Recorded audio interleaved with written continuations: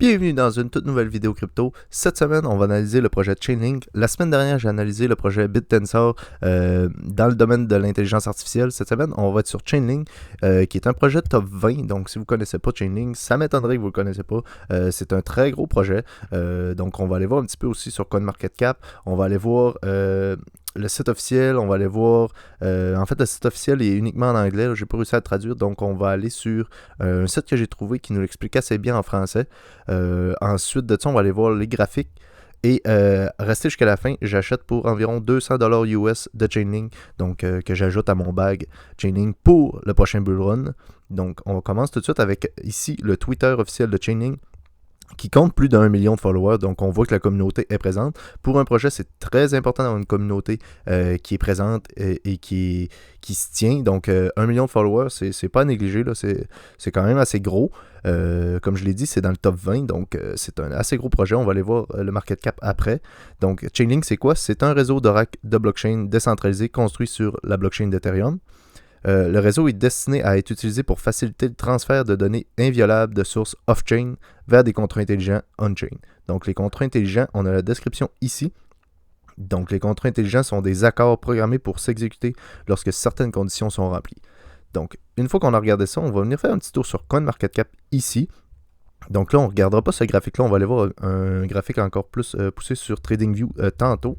Donc là, ce qui nous intéresse ici pour la tokenomics, donc on a la circulating supply, donc le nombre de jetons Link qui sont en circulation actuellement. On est à 538 millions sur un total supply de 1 milliard, ce qui équivaut à 53,81% de la supply qui est en circulation. Donc ça nous indique que on ne va pas se faire dumper à la gueule parce qu'il y a plus que 50% de la total supply qui est déjà en circulation.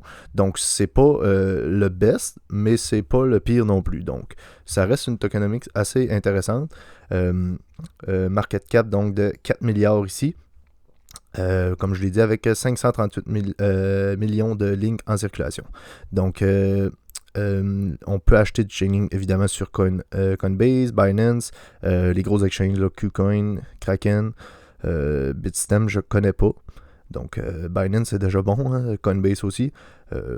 Pour ceux qui connaissent, on a KuCoin, Kraken, c'est des plateformes quand même assez connues aussi, que j'utilise pas vraiment. KuCoin un petit peu, Kraken pas vraiment. Mais bon, si vous connaissez ça, tant mieux. Donc, si on vient faire un petit tour ici sur la page officielle donc, de Chainlink, vous trouverez, si vous allez sur le Twitter de Chainlink, vous avez ici le lien donc, qui vous amène sur cette page-là, qui est la page officielle de Chainlink. Donc, qu'est-ce qu'on voit d'intéressant?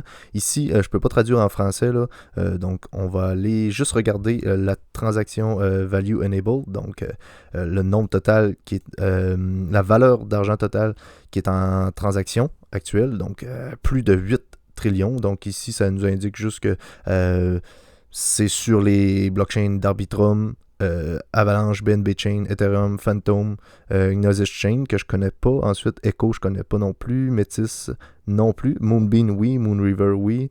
Optimus et Polygon. Donc, plusieurs blockchains qu'on connaît. Donc, ce chiffre-là est assez impressionnant. Là, 8 trillions, là, si je ne me trompe pas, c'est ça. On est à 100 000, millions, milliards, trillions. Je pense que c'est ça. Corrigez-moi si je me trompe. Si vous voulez voir le white paper, donc vous allez juste dans ressources ici, white paper, vous allez arriver sur cette page-là et vous allez pouvoir le downloader. Donc pour ceux que ça intéresse, vous pouvez le downloader là, lire un petit peu là-dessus. Ensuite de ça, donc j'en ai parlé à la fin de la dernière vidéo sur ma vidéo de BitTensor. Donc je voulais parler du projet Chainlink avec le CCIP, donc qui vient de sortir il y a une couple de jours, peut-être une couple de semaines, ça fait pas très longtemps qu'ils ont annoncé ça. Donc ici je vous ai fait la traduction de ça ici parce qu'on n'est pas capable de l'avoir en français. Donc qui permet de connecter des applications décentralisées et transférer des jetons entre les chaînes à l'aide de protocoles interopérabilité, très dur à dire, Interchain Chainlink, donc CCIP pour Cross-Chain Interoperability Protocol. Donc, c'est ce que ça nous indique ici, qui sont donc valides, available, donc sur les blockchains d'Ethereum, Polygon, Avalanche, Arbitrum et Optimism. Si on vient faire un petit tour ici, donc le site que j'ai trouvé en français, qui nous explique un petit peu le projet, un petit peu plus en profondeur, là. Donc, on ne lira pas tout ça, on va aller voir des choses assez intéressantes. Donc, Ici, ça nous dit que Chainlink est un système d'oracle décentralisé, si on l'a vu tantôt, donc sur la blockchain d'Ethereum, depuis la création qui a été en 2017, donc qui permet l'utilisation croissante d'applications décentralisées. Donc les contrats autonomes, smart contracts, qu'on appelle en anglais, font petit à petit la preuve de leur utilité. Donc les conséquences sont diverses, touchant notamment la finance, les assurances, les méthodes de gouvernance, etc. Un nouveau type d'application émerge, hébergé sur des réseaux blockchain publics, la plupart du temps sur Ethereum, évidemment, qui est la blockchain la plus populaire, là, on va dire. Ce sont des applications ouvertes à tous, auditables, résistantes à la censure, tournant sans faille 24 heures sur 24 et qui peuvent détenir et transférer de la valeur sous la forme de crypto-monnaies ou d'actifs numériques qu'on appelle des tokens. Alors que l'exécution des contrats autonomes est prévisible et inéluctable. Il existe des points de faiblesse pour des fonctions qui nécessitent des données externes à la blockchain. Donc pour ça, c'est assez. Ici, on ne lira pas tout ça, là. Ici, on a des exemples qui nous montrent un petit peu. Je ne vais pas le lire non plus. Vous pouvez aller le voir sur le site CoinHouse si vous voulez tout lire, là. Mais on a ici l'idée de Chainlink qui est de créer un système d'oracle décentralisé toujours disponible, résistant aux manipulations éventuelles et fournissant des informations exactes, même si certains oracles étaient erronés. Les cas d'usage sont multiples et peuvent concerner ces informations sur le cours d'une action à la bourse, le temps qu'il fait au-dessus d'une ville ou le gagnant de la dernière saison de Koh Lanta. Toute application décentralisée nécessite un haut degré de fiabilité sur une donnée externe importée dans ces contrats pourra bénéficier des services rendus par les oracles Chainlink. Donc, assez intéressant aussi. Si on vient voir Chainlink, comment ça marche, les personnes qui souhaitent doivent installer un logiciel au nom de Chainlink Core qui a pour rôle de communiquer avec les blockchains Ethereum, ainsi que distribuer et planifier des tâches entre les oracles. Les entreprises qui en ont besoin offrent des montants en Link, donc c'est payé en Link, le token de Chainlink, évidemment, afin que les oracles fournissent des données nécessaires au bon fonctionnement des smart contracts. Bon, là, si vous voulez lire le reste, vous irez sur, ou vous mettez juste sur pause si ça vous intéresse, ou allez directement sur le site CoinHouse. Encore des choses intéressantes ici pour le token Link en question. Donc, le token a bien une utilité puisqu'il est utilisé activement dans l'économie d'oracle décentralisée, créée par les équipes de Chainlink. Cependant, il est aujourd'hui compliqué d'anticiper la place que peut prendre Chainlink à moyen ou long terme dans l'écosystème, si cette architecture s'avérait efficace et quelle en sera la demande. Comme beaucoup d'autres projets actuellement sur le marché, le token semble aussi facilement remplaçable par de l'Ether. L'équipe derrière le projet est sérieuse, évidemment c'est une équipe très sérieuse en arrière de Chainlink.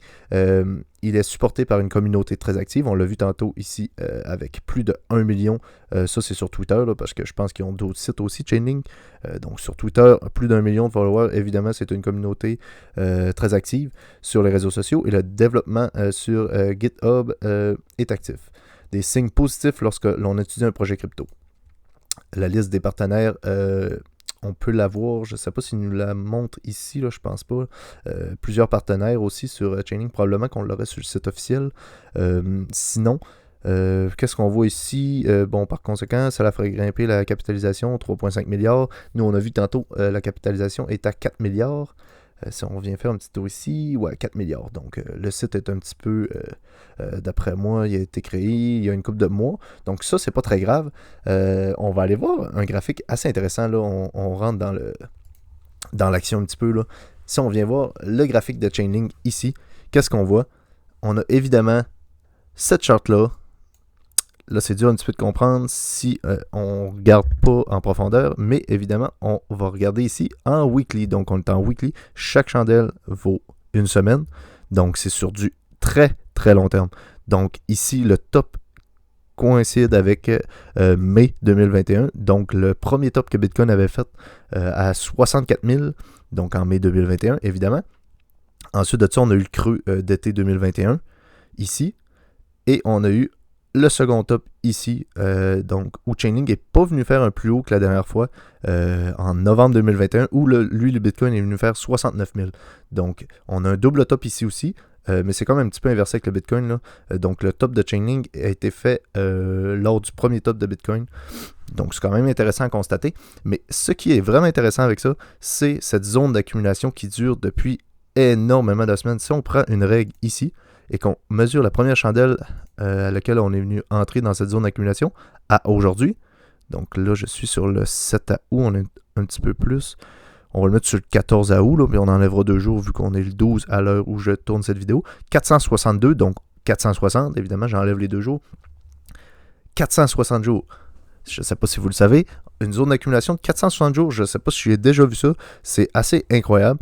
Qu'est-ce qu'on a eu en plus de ça? On a eu une petite manipulation ici, donc on était dans cette zone-là pendant énormément de semaines là, avant de faire la manipulation. Si on regarde ici, on va dire environ 385 jours, 390 jours environ. Donc on avait déjà une belle zone d'accumulation d'environ 390 jours. On est venu descendre pour faire peur aux investisseurs sous la zone d'accumulation. Donc, il y en a qui ont vendu. Évidemment, les baleines ont racheté. Et ensuite de ça, on est venu réintégrer cette zone d'accumulation-là. Et là, on l'a vu pendant 460 jours. Depuis 460 jours, on est dans cette belle zone d'accumulation-là. Donc, moi, je pense... je ne sais pas si Chainlink nous avait fait ça, là, le graphique. Là, je ne peux même pas aller voir...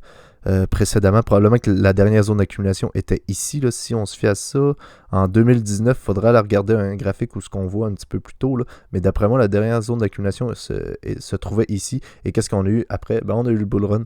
Donc, une belle zone d'accumulation comme ça. Un projet extrêmement sérieux comme Chainlink dans le top 20. Moi, personnellement, j'accumule. Donc, aujourd'hui, qu'est-ce qu'on va faire? On va acheter... pour presque 200 USDT, là, donc 195 que j'ai ici, prêt à acheter. Donc, on va évidemment acheter en market. Je l'ai expliqué dans la dernière vidéo. Là. Normalement, j'achète toujours en limite pour pas payer, payer de moins de frais en fait. Là. Mais là, en vidéo, c'est moins tannant là, que d'attendre limite. Ça va-tu passer? Ça va. Quand je suis pas en vidéo, je le fais. C'est un petit peu plus long. Mais là, on va payer un petit peu de frais pour la vidéo. Donc, j'achète pour l'équivalent de 196 USDT environ. Acheter Link. Et là, normalement, l'ordre est passé. Donc, évidemment, on a ici qui nous confirme que l'achat est passé. J'avais déjà des lignes sur Binance ici, donc là, 50. Après cette vidéo-là, je vais transférer ça sur ma Ledger, évidemment, pour laisser le moins de crypto sur les plateformes.